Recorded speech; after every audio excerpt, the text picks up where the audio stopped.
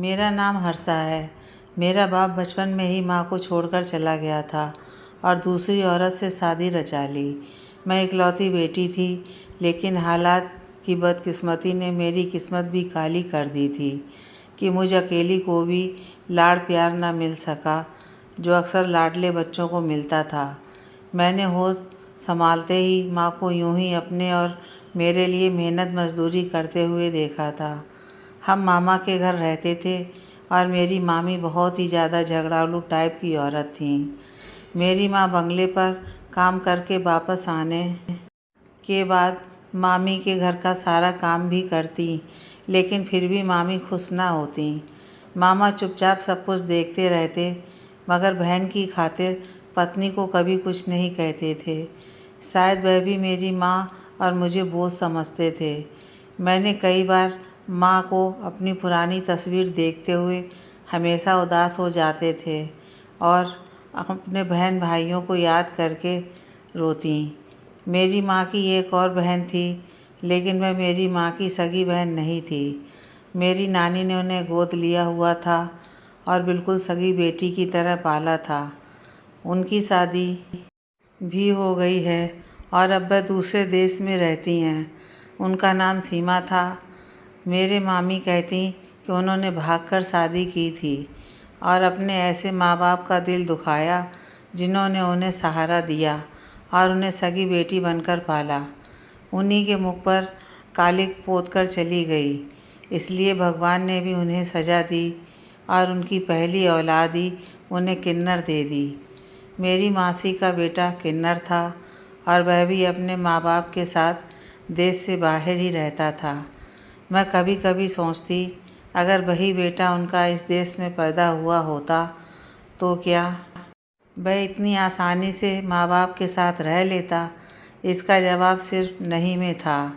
फिर उसकी परवरिश माँ बाप ने नहीं, बल्कि किसी गिरोह ने करनी थी।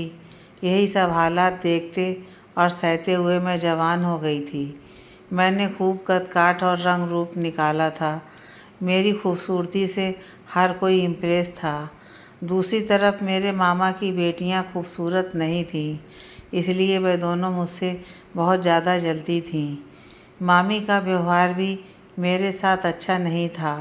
वह अक्सर मेरी माँ से कहती हैं कि बेटी पर नज़र रखो, कहीं यह भी अपने बाप और अपनी मौसी के नक्शे कदम पर ना चल पड़े। मुझे मामी की बातों पर दिल से अफसोस होता कि ना जाने क्यों वह हम माँ बेटी के लिए इतनी नफ़रत दिल में रखती हैं, जबकि हम तो उनका बुरा नहीं सोचते। एक दिन मेरी सालगिरह पर मामी की दोनों लड़कियां मुझसे कहने लगीं, आज हम तुम्हें घर से बाहर घुमाने फिराने ले जाएंगे, तुम बस अपनी माँ से अनुमति ले लो। लेकिन ये बात हमने अपनी माँ को नहीं बताई है। तुम भी अपनी माँ को मत बताना। मैं घूमने फिरने के शौक़ में बातों में आ गई और अपनी माँ से झूठ कहा कि ट्यूशन वाली मैडम से कुछ सवाल पूछ कर आती हूँ। कल मेरा टेस्ट है और मुझे समझ नहीं आ रहा है माँ। मुझे पढ़ा लिखा कर अफसर बनाना चाहती थी। मैं मेरी पढ़ाई को लेकर हमेशा से बहुत ही चिंतित रहती थी, इसलिए फ़ौरन ही मान गई। मैं घर से अकेली निकली और मेरे पीछे पीछे ही मेरी मामी की दोनों बेटियां भी आ गईं। वह मुझे एक बड़े से होटल में ले आईं और कहा कि तुम्हारा भी अच्छे खाने और अच्छी ज़िंदगी गुजारने का हक है। तुम्हारा भी तो मन करता होगा कि बाहर घूमो फिरो, इसलिए आज अपनी सालगिरह पर खूब एंजॉय करो। वह दोनों मुझे एक मेज़ पर बैठाकर यह कहकर वहाँ से चली गईं कि खाने का कहकर अभी आते हैं। मुझे वहाँ अकेले डर तो लगा और माँ से बोले गए झूठ पर अफसोस भी हो रहा था, लेकिन मैंने सोचा थोड़ी देर की बात है और फिर तो घर ही चले जाना है। अभी ये सोचते हुए कुछ ही देर गुजरी थी कि वहाँ एक लड़का आकर सामने रखी कुर्सी पर बैठ गया। वह मेरी तरफ देखकर मुस्कुराते हुए मेरा नाम पूछने लगा तो मैं डर गई और इधर उधर नज़रें दौड़ाईं अपने मामा की बेटियों की तलाश में, जो कि मुझे कहीं भी दिखाई नहीं दे रही थी। मुझसे अब और इंतज़ार नहीं हो रहा था। मैं जल्दी से खुद ही उठकर घर की तरफ चल दी। क्योंकि मुझे अब यहाँ बैठना ठीक नहीं लग रहा था। मैं एक रिक्शा पकड़कर घर की तरफ चल पड़े।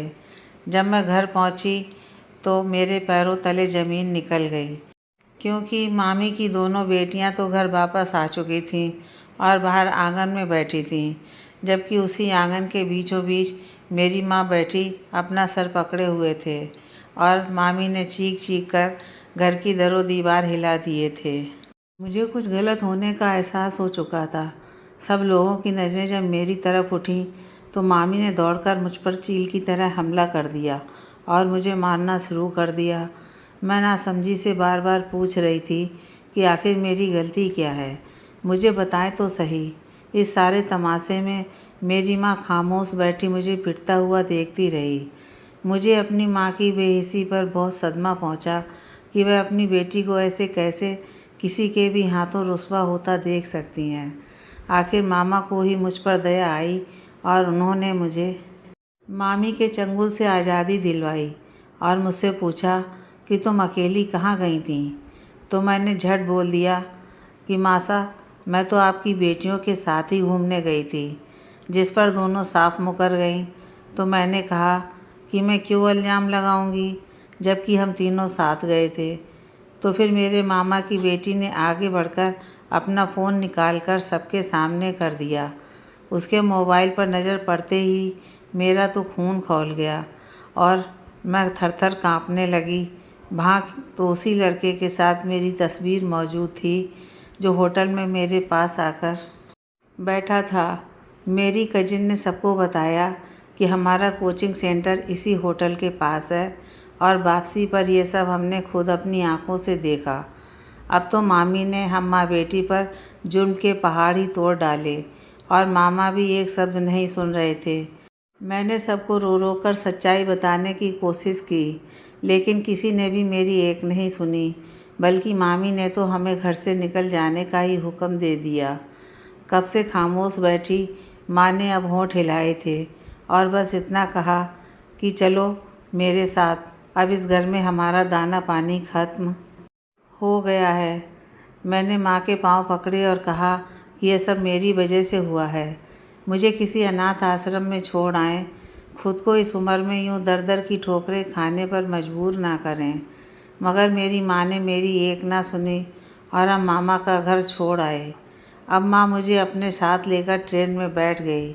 हम ना जाने कहाँ जा रहे थे, कोई ना मालूम मंजिल ही थी जिसके बारे में मुझे नहीं पता था। 2 दिन का सफ़र करके हम लोग ट्रेन से उतर गए और टैक्सी में बैठकर काफ़ी महंगे और खूबसूरत इलाके में आ गए। उन दिनों में माँ ने कोई भी मुझसे बात नहीं की थी और बस सफ़र में चुपचाप ही रही थीं। मुझे अफसोस था कि मेरी माँ को भी मुझ पर विश्वास नहीं। टैक्सी एक बड़े से गेट पर आकर रुक गई। इतना बड़ा और खूबसूरत घर देखकर मेरी तो आंखें फटी की फटी ही रह गईं। माँ ने बेल बजाई तो घर के अंदर दरवाजे के साथ बैठे चौकीदार ने दरवाज़ा खोला और हम माँ बेटी घर के अंदर चले गए। घर अंदर से बाहर से भी ज़्यादा खूबसूरत था। नौकर हमें अंदर पहुंचाकर खुद लौट गया और हम आराम से सोफे पर बैठ गए। कुछ देर बाद एक औरत कमरे में दाखिल हुई। उन्होंने बहुत ही महंगी साड़ी पहन रखी थी। माँ, जो इतने दिन से चुप का लबादा ओढ़े बैठी थीं, फ़ौरन उस औरत से हंसकर मिली थीं और दोनों आपस में यूँ मिलीं जैसे कितनी गहरी रिश्तेदारी हो। माँ ने मेरी तरफ इशारा करके कहा कि ये मेरी बेटी है। वह औरत जल्दी से मेरी तरफ लपकी और मुझे एकदम गले लगा लिया। माँ ने मुझे बताया कि ये तुम्हारी मौसी हैं और ये अब अपने देश इंडिया वापस आ गई हैं। मुझे ये जानकर बहुत ही हैरानी हुई और साथ ही ये भी सोचने लगी कि माँ को मौसी का पता कैसे चला। क्या दोनों बहनें पहले से ही एक दूसरे के संपर्क में थीं? अब मैं भी कुछ नॉर्मल हो चुकी थी और अपनी मौसी से खुशी से मिली और बातें की। मुझे मौसी के बेटे को देखने की बहुत ही इच्छा थी, जिसे सब किन्नर कहते थे, लेकिन वह कहीं भी घर में नज़र नहीं आया। कुछ देर बाद हमने ज़िंदगी का सबसे टेस्टी खाना खाया। मौसी ने हम माँ बेटी को हमारा कमरा दिखाया, जहाँ हम आराम करने वाले थे। मैं तो नरम गुदगुदा बिस्तर देखते ही सब कुछ भूल गई और उस पर लेटते ही चैन की नींद सो गई। मगर उस रात आधी रात को माँ ने मुझे जगा दिया और कुछ ऐसा कहा कि मेरी आंखें फटी की फटी रह गईं। माँ ने मुझसे कहा कि वह जल्दी से मेरी शादी मौसी के बेटे से करना चाहती हैं। माँ ने मुझसे कहा, तुमने मेरा विश्वास तोड़ा है। मैंने मन से कहा कि मैं आपका विश्वास नहीं तोड़ा, बल्कि आपने मेरा विश्वास नहीं किया। कम से कम अपनी बेटी पर तो विश्वास करती। और मैं आपको चीख चीख कर विश्वास दिलाती रही कि मामा की बेटियां झूठ बोल रही हैं। वह मुझे खुद अपने साथ ले गई थी और उस लड़के से मेरा कोई लेना देना नहीं था। वह दोनों मुझे टेबल पर बिठाकर घर आ गईं और वह लड़का कुछ ही देर के लिए मेरे पास आकर बैठा था। मैं अपनी माँ को विश्वास दिला रही थी, लेकिन मेरी माँ मेरी एक नहीं सुन रही थी। मुझे भी गुस्सा आ गया और मैंने भी कह दिया, आपने भी तो झूठ का सहारा लिया है, झूठ बोला है सबसे। आप चोरी छुपे मौसी से मिलती रही हैं। मेरा इतना कहना था कि मेरी माँ का हाथ मुझ पर उठ गया। मुझे ऐसा लग रहा था कि ये मेरी माँ है ही नहीं जिसे मैं जानती हूँ। ऐसा लग रहा था कि जैसे कि ये किसी और के ही कंट्रोल में है। मैंने फिर कहा कि आपने मेरी शादी करनी है तो कर दें, मगर मुझ पर इस तरह इल्ज़ाम तो मत लगाएं। अपने भाई और उसकी झूठी मक्कार बेटियों की बातों में आकर मुझ पर कीचड़ मत उछालें। तब मेरी माँ ने मेरे सामने एक शर्त रखकर मेरे सर पर आसमान गिरा दिया और कहा कि अगर तुम सीमा के बेटे से शादी कर लो तो मैं तुम्हें माफ़ कर दूँगी, वरना मैं तुम्हें ज़िंदगी भर माफ़ नहीं करूँगी। जाहिर सी बात है, वह एक किन्नर था और मैं उससे शादी कैसे कर सकती थी। मैंने फ़ौरन अपनी माँ की बात से इनकार कर दिया तो उन्होंने खुलकर कहा कि अगर ये इल्ज़ाम ना भी लगता तो भी मैं तुम्हारी शादी सीमा के बेटे से ही करने वाली थी। अगर तुम्हारे दिल में माँ के लिए ज़रा सी भी हमदर्दी है तो तुम्हें ये शादी करनी ही होगी, नहीं तो तुम अपनी माँ का मरा मुँह देखोगी। अपनी माँ की इस संगदिली पर मुझे बहुत अफसोस हुआ, लेकिन उसके सिवा कोई दूसरा रास्ता नहीं था। मैं मान गई। अगले दिन माँ ने सीमा मासी को भी ये खबर सुनाई कि मैं शादी के लिए मान गई हूँ, तो मौसी भी खुश हो गई और मेरे सदके बारी जाने लगीं। लेकिन मुझे कहीं ना कहीं ऐसा लग रहा था जैसे मासी इस शादी से खुश नहीं है। लेकिन खुश तो मैं भी नहीं थी और बुझे दिल से वहीं बैठी रही। कुछ देर बाद माँ और मौसी उठकर अंदर की तरफ चली गईं, जबकि मैं वहीं बैठी हुई थी। लेकिन मैं भी ज़्यादा देर वहाँ नहीं रही और उठकर उन्हें ढूंढने लगी। मुझे कुछ तो गड़बड़ लग रही थी। इतने बड़े घर में ढूंढना भी मुश्किल था। मगर ढूंढते हुए मुझे एक कमरे से खटपट की आवाज़ आ गई। मैंने दरवाजे से हल्का सा झाँक कर देखा तो मेरी मासी माँ को नोटों से भरी गड्डियाँ दे रही थी, जिन्हें लेकर मेरी माँ का चेहरा खुशी से तमतमा रहा था। अब मुझे समझ आया तो मौसी ने मेरी माँ को पैसों का लालच देकर अपने किन्नर बेटे के लिए मेरा सौदा कर लिया था और अब मेरी शादी करवा रही थी। मगर अफसोस तो मुझे अपनी सगी माँ पर था, जिसने मेरे साथ इतना बड़ा धोखा किया था। मैं वहीं से चुपचाप लौट आई। जब माँ मेरे पास आई तो मैंने भी मुंह मोड़ लिया। कहा कि मैं आपका लालच देख चुकी हूँ कि आप मेरा सौदा कर चुकी हैं। तब मेरी माँ ने अपने दुखड़े सुनाने शुरू कर दिए। कहने लगी, सीमा बहुत अमीर है और हमारे पास क्या है। इन पैसों से मैं घर खरीदूंगी जो हम दोनों का मजबूत ठिकाना होगा, और फिर तुम भी शादी करके अपनी पति को अपनी मुट्ठी में कर लेना। ये सारा सब कुछ अपने नाम करवा लेना। बाद में जहाँ चाहे पसंद से शादी कर लेना। मुझे माँ की बातें सुनकर बहुत अफसोस हुआ। मैंने साफ साफ कहा, यह धोखा है जो आप कर सकते हैं, लेकिन मैं नहीं।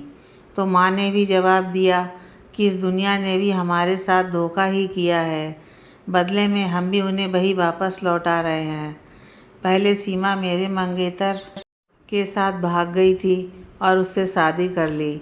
मेरे माँ बाप ने सीमा को सगी बेटी की तरह पाला था और उसने मेरे ही हक पर डाका डाल दिया और मेरे मंगेतर से शादी कर ली। मेरे माँ बाप इस सदमे से टूट गए थे। मेरी माँ तो इस समय बिस्तर से जा लगी और भगवान को प्यारी हो गई। आज सीमा के पास जो कुछ है वह सब कुछ मेरा होने वाला था। बाद में तुम्हारे बाप ने भी यही किया। एक भाई का सहारा था, उसने भी कभी हमारा साथ नहीं दिया। अब ज़िंदगी हमें एक सुनहरा मौका दे रही है तो उसे भी पाप और पुण्य के चक्कर में गंवा बैठे हैं। मैंने माँ से कहा, मैं मानती हूँ इन सब लोगों ने गलत किया है, लेकिन आप जो कर रही हैं उसके बाद उनमें और हमें क्या अंतर ही क्या रह जाएगा। लेकिन मेरी माँ मेरी कोई भी बात सुनने को तैयार नहीं थी। उस रात माँ मुझे वहीं अकेला छोड़कर चली गईं। सुबह उठने पर सीमा मौसी का व्यवहार भी बदल चुका था, क्योंकि उन्होंने मेरी कीमत चुका दी थी। अब मैं एक तरह से उनकी ग़ुलाम थी। सीमा मासी ने मुझसे कहा कि वह आज ही मेरी शादी अपने बेटे से करवाएंगी। इस शादी के लिए मैं बिल्कुल भी दिल से राज़ी नहीं थी, मगर मेरी माँ की लालच ने मुझे भी चुप रहने पर मजबूर कर दिया था। और उसी दिन बहुत ही सादगी से मेरी शादी साहिल से हो गई। बहुत ही सादगी से शादी हुई थी। कोई भी मेहमान शामिल नहीं हुआ था और पता नहीं मेरी माँ भी कहाँ चली गई थी। माँ के लालच पर मुझे दिल से बहुत दुख था। रात होते ही मुझे मेरे पति के कमरे में पहुँचा दिया गया, जहाँ मैं पहले कभी नहीं आई थी। मगर अब तो इसी कमरे में न जाने कब तक घुट घुट कर ज़िंदगी गुजारनी पड़ेगी। मुझे अपनी मौसी की चालाकी पर गुस्सा आया। कैसे पहले उसने मेरी माँ के हक पर डाका डाला और अब उन्होंने अपने किन्नर बेटे के लिए मेरा सौदा कर लिया। मैंने अपने पति को अब तक नहीं देखा था। पता नहीं सीमा मौसी ने मुझे अपने बेटे को देखने क्यों नहीं दिया था। फेरों के समय भी मेरे पति के चेहरे पर सेहरा पड़ा हुआ था। मैं चुपचाप बैठी हूँ, अपने पति का इंतज़ार कर रही थी और तभी मेरी निगाह अचानक कमरे की दीवार की तरफ उठी। मेरा पति जो अभी अभी कमरे में दाखिल हुआ था, लेकिन उस पर निगाह पड़ते ही मेरी आंखें खुली की खुली रह गईं और मैं उससे अपनी निगाहें हटाना ही भूल गई। आने वाला इंसान बहुत ही सुंदर और हैंडसम था। कहीं से भी वह किन्नर नहीं लगता था, लेकिन हकीकत तो यही थी कि वह अधूरा था। मेरा दिल फिर दुख से भर गया।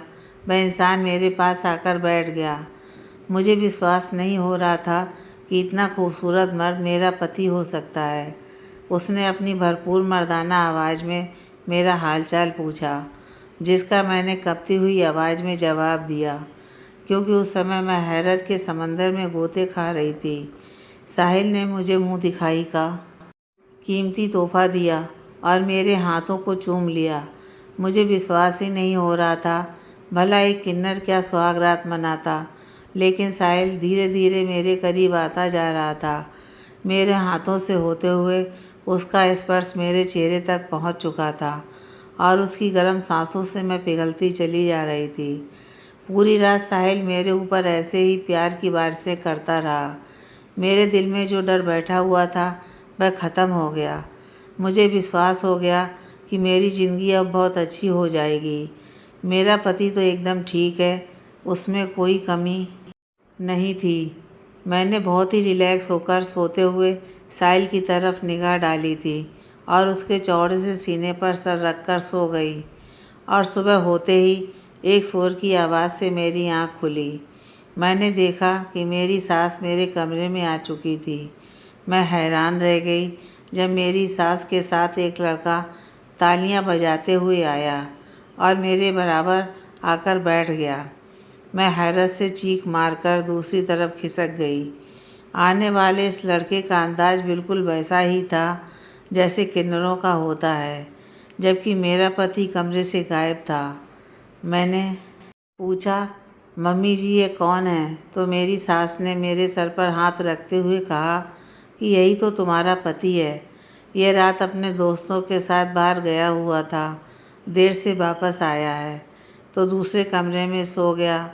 मैं कभी अपने पति को देखती तो कभी रात के मंजर को याद करती। मेरा दिल चाह रहा था कि अभी ज़मीन फटे और मैं उसमें समा जाऊं या कहीं भाग कर चली जाऊं। मैं चाहते हुए भी अपनी सास को कुछ नहीं बता पा रही थी कि रात मेरे कमरे में कोई और था और मैं तो उसे अपना सब कुछ सौंप चुकी हूँ। कितना बड़ा मजाक हुआ था मेरे साथ। मैं खुद को संभालते हुए जल्दी से उठकर अपना हुलिया ठीक किया और अपने असली पति को देखा, जो कहीं से भी मर्द नहीं लग रहा था। दुबला पतला शरीर और ऐसे रंग ढंग से मचल रहा था जैसे कोई लड़की अदाएं दिखा रही हो। उसने चेहरे पर मेकअप भी कर रखा था और ज़ोर ज़ोर से तालियां भी बजा रहा था। रात मेरे कमरे में जो आया था 6 फीट का लंबा चौड़ा पूरा मर्द था और बहुत ही हैंडसम था। रात वाला एक एक दृश्य मेरी आंखों के सामने घूमने लगा। अचानक ही मेरे हाथ अपने होठों की तरफ चले गए, जहां उस रात वाले लड़के के प्यार की मोहर अब भी लगी हुई थी। मेरी आंखों से 2 आंसू लुढ़क गए। भला इस किन्नर के साथ मैं अपनी पूरी ज़िंदगी कैसे गुजार सकती थी, मगर क्या करती। मैं चुप हो गई। मेरे पति को मेरी बिल्कुल बराबर भी परवाह नहीं थी। वह तो बस अपने ही शौक़ में गुम रहता था और मुझसे बहुत कम बात करता।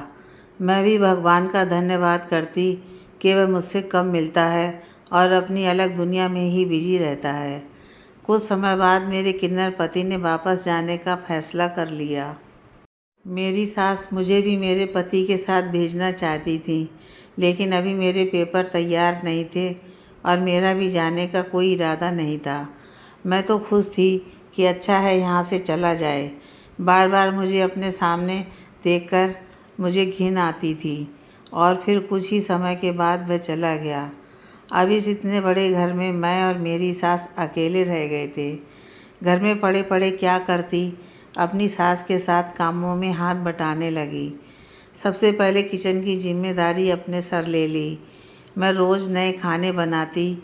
मेरी सास अब मुझे बहुत खुश रखती हैं।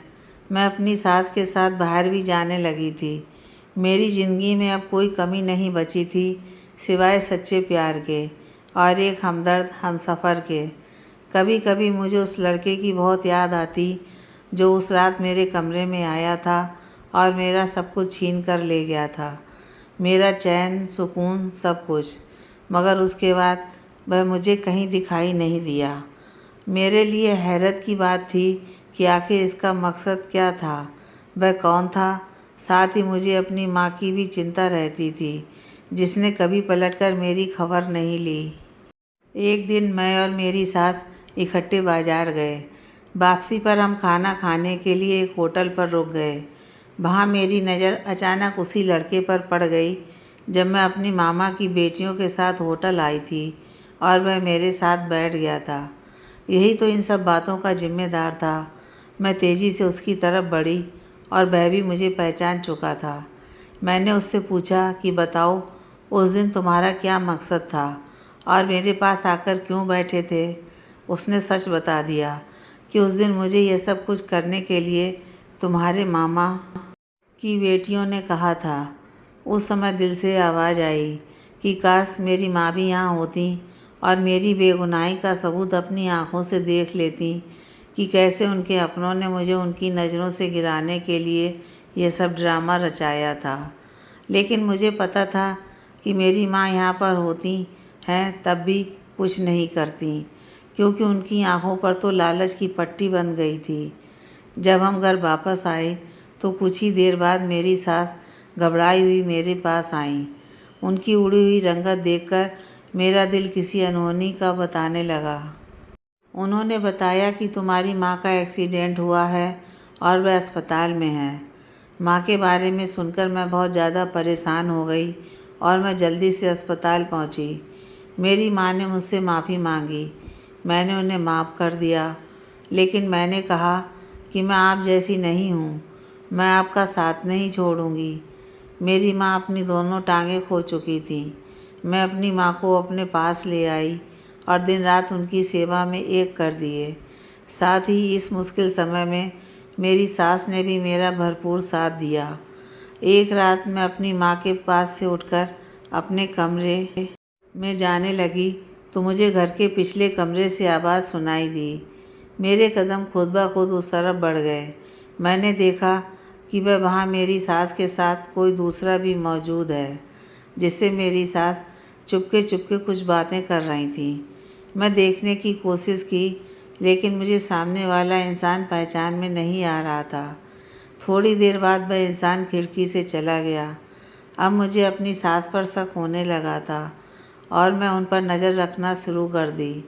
मुझे लग रहा था कि जैसे मेरे साथ कोई नया खेल खेला जा रहा है। अगले दिन मैंने अपनी सास पर पूरी नज़र रखी हुई थी और फिर उसी जगह पर आधी रात को अपनी सास को जाते हुए देखा, तो मैं भी पीछे पीछे चली गई और उस कमरे में मेरी सास किसी इंसान के साथ खड़ी बातें कर रही थी और उस इंसान पर नज़र पड़ते ही मेरी आंखें फटी की फटी रह गईं। वह कोई और नहीं बल्कि वह तो वही लड़का था जो शादी की पहली रात मेरे कमरे में आया था। तो इसका मतलब मेरी सास इस लड़के को पहले से जानती थी और मेरे साथ धोखा कर रही थी। हालांकि मैंने उन्हें अपनी माँ जैसा समझा और दिन रात उनकी सेवा की। मैं अगले दिन अपनी माँ को सब कुछ बता दिया। मेरी माँ को सारे मामले से कुछ पता नहीं था। मैंने अपनी माँ को बताया कि तुम्हारे लालच ने हमें इन हालातों में लाकर फेंक दिया है। मेरी ज़िंदगी बर्बाद हो गई है। ज़रूर मेरी सास का इरादा होगा कि उनका किन्नर बेटा तो औलाद पैदा कर नहीं सकता, तो उन्होंने शादी की पहली रात मेरे कमरे में किसी और को भेज दिया ताकि उन्हें उनके ख़ानदान का चश्मा चिराग मिल सके। मेरी आंखों से आंसू बह रहे थे, मगर अब मैं चुप नहीं बैठने वाली। मैं ये हकीकत सबके सामने लेकर आऊँगी। अगले दिन मैं उस कमरे में जाकर बैठ गई थी जिस कमरे में वह लड़का और मेरी सास मिला करते थे। अभी मुझे बैठे कुछ ही देर हुई थी कि दरवाज़ा खोलकर वही लड़का अंदर आया।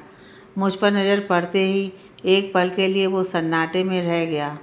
मैंने उस लड़के से कहा कि तुम कौन हो और इस घर से तुम्हारा क्या रिश्ता है। पहले तो वह मुझे देखकर कुछ घबरा गया था, लेकिन अब उसके चेहरे पर एक मुस्कुराहट आ गई थी। वह धीरे धीरे कदम उठाता हुआ मेरी तरफ बढ़ रहा था और मेरे पास आते ही उसने मुझे बाहों में भर लिया। मैंने उसे धक्का दिया। मैंने कहा, उस रात तो तुमने धोखे से मेरा फ़ायदा उठाया था, लेकिन आज तुम ऐसा कुछ भी नहीं करोगे। अगर तुमने मुझे हाथ लगाने की कोशिश की तो मैं तुम्हारी जान। अभी शब्द मेरे मुंह में ही थे कि उसने मेरे होठों पर अपने होठ रख दिए। फिर कहा कि बस अब खामोश हो जाओ। जान तो मेरी तुम हो, क्योंकि बहुत मोहब्बत करता हूँ तुमसे। तुम्हारे बिना रहने के बारे में सोच भी नहीं सकता। मैं भी उसकी बाहों में आकर मदहोश होने लगी थी, लेकिन अगले ही पल मैंने खुद को संभाल लिया। वह मेरा पति नहीं था, कोई गैर मर्द था। फिर भला मैं उसके बारे में ये सब कुछ कैसे सोच सकती थी। मैंने उसे धक्का देकर अपने आप से दूर कर दिया। मेरी आंखों में आंसू भर आए थे। मैंने रोते हुए कहा, क्यों मेरी ज़िंदगी में चले आए हो? क्यों मेरे जख्म हरे करते हो? उस दिन शादी की पहली रात आकर तुमने मुझे ना जाने कितने सपने दिखाए और मैं भी कितना खुश थी कि मेरी ज़िंदगी कितनी खूबसूरत है, जो मुझे इतना प्यार करने वाला और हैंडसम पति मिला है। लेकिन मुझे क्या पता था कि मेरी ज़िंदगी तो नरक बनने वाली है। मेरी ज़िंदगी में पति का प्यार नहीं है, बस मेरी ज़िंदगी ऐसे ही सिसक कर गुजरनी है। वह जल्दी से आगे बढ़ा। उसने मेरे आंसू साफ कर दिए। कहने लगा, तुम्हारे आंसू देखकर मुझे दुख होता है। मेरे दिल को और ज़्यादा मत दुखाओ। मैंने चीख कर कहा, बताओ कौन हो तुम? क्या रिश्ता है तुम्हारा इस घर से? उसने जवाब दिया, जिसे तुम सीमा मौसी कहती हो, मैं उनका बेटा हूँ। मुझे उसकी बात पर विश्वास नहीं हुआ, क्योंकि मेरी सास का तो एक ही बेटा था और जो किन्नर था और बदनसीबी से मेरा पति था। मैं अभी उस लड़के से कुछ और पूछने ही वाली थी कि पीछे से मुझे मेरी सास की आवाज़ सुनाई दी। मेरी सास शायद पहले ही वहाँ पर आ चुकी थी। बहुत ही शांत शब्दों में कहा कि हाँ, यही मेरा बेटा है। मेरे पैरों तले से ज़मीन निकल गई। मैंने उनसे पूछा, फिर वह कौन था जिसे मेरा पति बताते हुए आप उस दिन मेरे कमरे में लेकर आई थीं? फिर मेरी सास ने मुझे सारी हकीकत बताई। मेरी सास ने बताया कि मेरी माँ और तुम्हारी नानी आपस में बहुत ही पक्की सहेली थी। मैं 2 साल की थी तब मेरे पापा की डेथ हो गई थी। मेरी माँ ने दूसरी शादी कर ली, लेकिन मेरा सौतेला बाप मुझे रखने पर तैयार नहीं था, तो तुम्हारी नानी ने मुझे गोद ले लिया। उनकी पहले से एक बेटी थी जिसका नाम संजना था, जो कि तुम्हारी माँ है। हम दोनों सगी बहनों की तरह रहते थे। संजना के माँ बाप मुझे बिल्कुल सगी बेटी की तरह रखते थे। संजना मुझसे बड़ी थी, इसलिए उसकी शादी भी पहले होनी थी। तुम्हारे नाना नानी ने संजना का रिश्ता तय कर दिया, लेकिन जब संजना के मंगेतर ने मुझे देखा तो वह मुझे पसंद कर बैठा। उसने अगले दिन ही कहलवा भेजा कि मैं आपकी छोटी बेटी से शादी करना चाहता हूँ, आपकी बड़ी बेटी से नहीं। यह सब सुनते ही सब घर वाले मेरे खिलाफ हो गए थे। सबको लगता था कि मैं ही संजना के मंगेतर को बहकाया है, हालांकि ऐसा कुछ नहीं था। सगा खून सगा ही होता है। सब लोग संजना के साथ थे और सब लोग मुझसे नफ़रत करने लगे। वह ज़बरदस्ती मेरी शादी एक शादीशुदा आदमी से कर देना चाहते थे, जो 2 बच्चों का बाप था। सब घर वाले कह रहे थे कि तुमने हमारी नाक कटा दी, तुम्हारी यही सज़ा है कि तुम अब हमारे घर से जाओ और अपने घर में जैसी भी है अपनी ज़िंदगी गुजारो। लेकिन मैं रोहित के बिना नहीं रह सकती थी। मैं और रोहित आपस में प्यार करने लगे थे। रोहित ने फैसला किया कि हम भागकर शादी करेंगे, और इस तरह मैं रोहित के साथ भाग गई थी। कुछ समय तक सब लोग हमसे नाराज़ रहे थे, लेकिन फिर धीरे धीरे आना जाना शुरू हो गया था।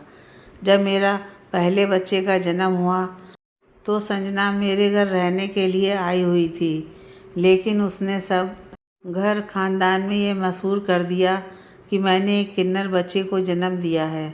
हर कोई यही समझता था कि मेरा बेटा किन्नर है। अब मैं किस किस को विश्वास दिलाती कि मेरा बेटा एकदम ठीक है। और फिर मैं और रोहित तंग आ गए थे लोगों की बातें सुन सुनकर। फिर मैंने और रोहित ने यह देश ही छोड़ दिया। मैं फिर भी अपना दिल बड़ा रखा था और तुम्हारी माँ से बातचीत करती रहती थी, जबकि तुम्हारी माँ तो बदले की आग में जल रही थी। सिर्फ तुम्हारी माँ को यह सच्चाई पता थी कि मेरा बेटा एकदम ठीक है। इसीलिए तो तुम्हारी माँ ने तुम्हारा रिश्ता मेरे बेटे से तय कर दिया था, लेकिन इसके बदले उसने मुझसे 50 लाख की मोटी रकम मांगी थी। मैं भी मजबूर थी, क्योंकि मेरा बेटा तुम्हें देखते ही तुमसे मोहब्बत कर बैठा था। उसने जिद लगा रखी थी कि मैं शादी करूँगा तो हर्षा से ही करूँगा। मैं बहुत ज़्यादा परेशान रहने लगी थी, और फिर जब तुम्हारी माँ ने मेरे सामने सौदे की बात रखी तो फिर मैं मान गई। लेकिन मेरा मन इस शादी को करने का बिल्कुल भी नहीं था। जब माँ इतनी लालची है तो बेटी भी लालची होगी। मैं साहिल को समझाया कि पहले हर्षा को आजमाओ, वह कैसे नेचर की लड़की है। जिसे मैं तुम्हारा पति बनाया था वह साहिल का एक जानने वाला था। मैंने उसे तुम्हारा पति बनाकर तुम्हारे सामने खड़ा कर दिया। शादी की पहली रात मेरे मना करने के बावजूद साहिल तुम्हारे कमरे में चला गया था, क्योंकि वह तुम्हारे लिए बहुत बेकरार था। मैंने इस शर्त पर शादी की, पहली रात उसे तुम्हारे पास जाने दिया कि उसके बाद तुम कभी हर्षा के सामने नहीं आओगे, जब तक कि वह अपनी आजमाइश पर खरी नहीं उतरती। मैं देखना चाहती थी कि कहीं तुम भी तो अपनी माँ की तरह चालबाज और लालची नहीं हो। लेकिन तुम बहुत अच्छी हो, तुमने मेरा भी बहुत ध्यान रखा और कभी तुम्हारे मन में कोई लालच नहीं देखा। तुम अपने इम्तिहान में पास हो गई हो। मैं उन लोगों की बातें सुन रही थी, साथ ही साथ मेरी आंखों से आंसू भी बह रहे थे। मुझे अपनी किस्मत पर विश्वास नहीं हो रहा था कि मेरी किस्मत इतनी भी अच्छी हो सकती है। मेरे पति और मेरी सास ने मुझसे माफ़ी मांग ली थी। मैंने अपने पति और अपनी सास को माफ़ कर दिया था। मेरी सास मुझे और साहिल को कमरे में अकेला छोड़कर बाहर चली गईं। साहिल ने बेकरारी से मुझे बाहों में भर लिया और इस बार मैंने भी उसकी बाहों से निकलने की बिल्कुल कोशिश नहीं की थी। अब मैं अपने पति साहिल के साथ ही रहती हूँ। हाँ, दुनिया हमारी जोड़ी को सराहती है। कुछ समय बाद मेरी माँ दुनिया से चली गई थी। मुझे खुशी इस बात की है कि जाते जाते उन्हें अपनी गलती को सुधारने का और अपने पाप की माफ़ी मांगने का मौका इस दुनिया में ही मिल गया था। उन्होंने मेरी सास से माफ़ी मांग ली थी और मेरी सास ने भी उन्हें खुले दिल से माफ़ कर दिया था।